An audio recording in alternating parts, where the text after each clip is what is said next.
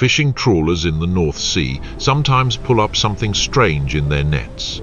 Not fish, barbed harpoon points carved from antler, the bones of long-dead animals. Tools made by human hands, dredged from the cold seabed, 40 meters down, far from any shore. Because beneath the grey waves of the North Sea lies a lost country.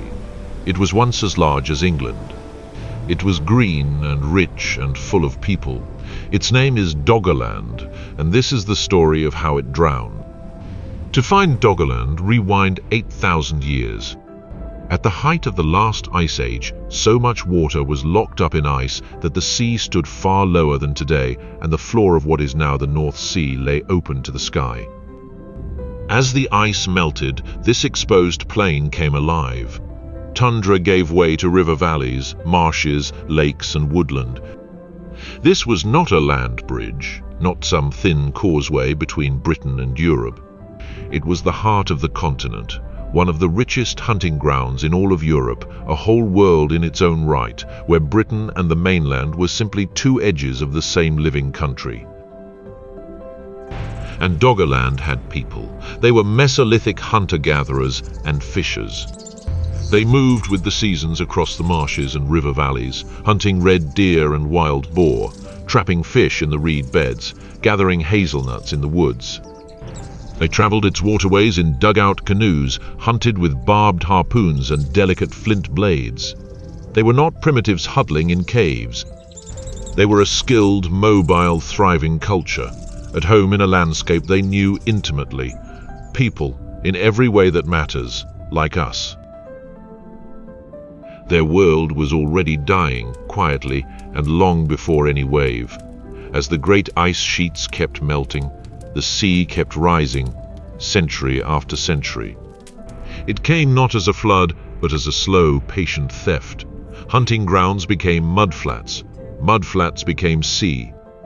The rivers pushed inland, the coast crept closer every generation. Slowly, the Great Plain broke apart into islands. Britain was severed from the continent and became an island itself.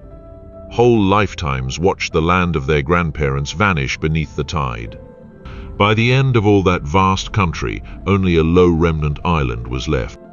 This, the slow rise of the sea, was the true death of Doggerland. And then into that shrinking world came a single day of violence. Around 6,200 years before the Common Era, off the coast of Norway, the edge of the continental shelf gave way. Thousands of cubic kilometers of seabed collapsed into the deep in one colossal underwater landslide, the Storegga slide, and a slide that size moves the sea itself. It threw up the largest tsunami the North Atlantic has seen since the Ice Age. The wave raced outward across the northern seas. On the Shetland Islands, it may have reached 20 meters in the narrow inlets. On the coast of Scotland, it drove sediment nearly 30 kilometers inland, the sea, for a moment, running backwards up the rivers. Over the low, flat remnants of Doggerland, the wave was smaller, a matter of a few meters, but over a land already at the sea's mercy, even that was enough to drown it in an afternoon. For the last people living on that remnant island, it was a day without warning. The sea simply stood up and came inland. But here we must be honest, because the truth is stranger than the disaster movie. The wave did not finish Doggerland.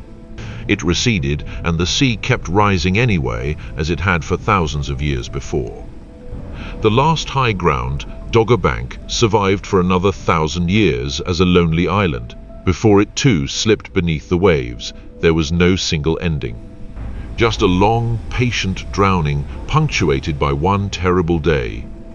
And then Europe's lost heartland was gone for good, traded for the grey and restless sea we sail across without a thought. Doggerland is not a legend, it is mapped. Using sound waves, scientists have traced its buried rivers and hills across nearly 200,000 square kilometers of drowned land. Cores of seabed hold the telltale signature of the Storegga wave. Harpoons and human DNA carry the memory of the people who lived and died there. And it leaves us with an uncomfortable reflection. Melting ice has drowned an inhabited land before, slowly, relentlessly over generations, and it could do so again. Doggerland is a warning sent up to us from 8,000 years beneath the tide. A whole world, a whole people swallowed by a rising sea. And almost no one remembers its name.